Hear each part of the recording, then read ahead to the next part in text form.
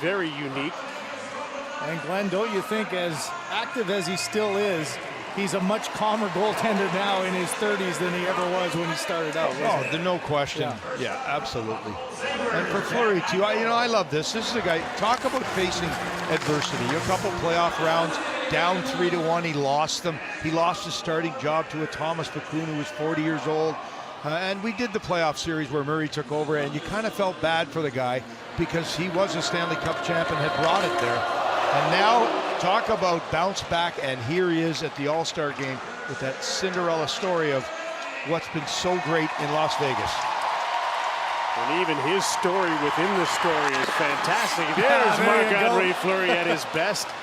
He's a showman, isn't he? And I love, not often to see the faces of these goaltenders with those masks, but you always seem to be able to see those smiling teeth through the big smile in his mask. A two-pad stacking around the world, and a crossbar from Mike Green of the Detroit Red Wings. Mark got hurt early, as you probably know, had a concussion, was out and watched 4 other goaltenders play for the Vegas Golden Knights before he came back, and he's leading the way again with PK's brother Malcolm as his backup.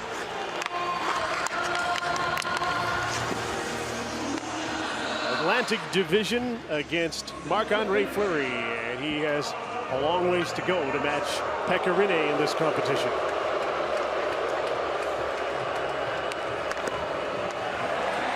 Stone Brad Marchand. And a little bit of a flare after, knocked the puck up in the air and batted it out of the play. Here's Erik Karlsson against Marc-André. The swashbuckler. And his streak is up to 5. You know, of all the things that the Vegas Golden Knights have done well, having a goaltender like that with that kind of personality and a really good teammate, I just think is such an important part of their success as well. Well, good chat with James Neal before the start of Skills, and he could not say enough great things about Las Vegas and the energy and the fact that they're all recognized. Wow, he really wants to stay there, doesn't he? And I mean, 2 posts. There's a guy who played in some pretty good markets. Pittsburgh, not a bad market. Nashville, you don't get much more fan frenzied than that. Dallas, when he was there, when he was getting started, is a great market.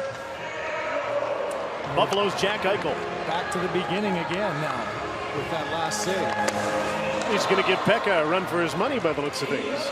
And, you know, to close it off with Neal, I mean, one of the great things he likes about Vegas is that the coach doesn't have a lot of video. Yep. They hardly go to video. He thinks, this is great, no video.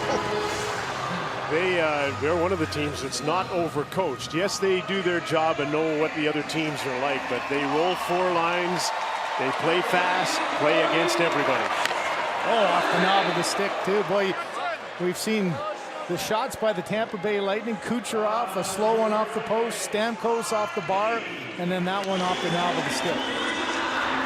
A little more aggressive this time for both Mike Green and Fleury, and he's 2 away from Pekka. Yeah, he's digging in, isn't he, Glenn? Well, these guys are competitive. They're not here because they're not competitive. Gonna come all this way and might as well win 25 grand.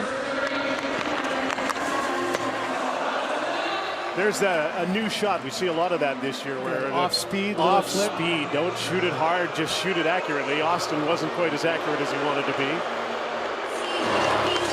Oh, the poke check. The lost art, Glenn. You don't see that as much as you used to, and there's a couple of good competitors smiling. This is the big one here.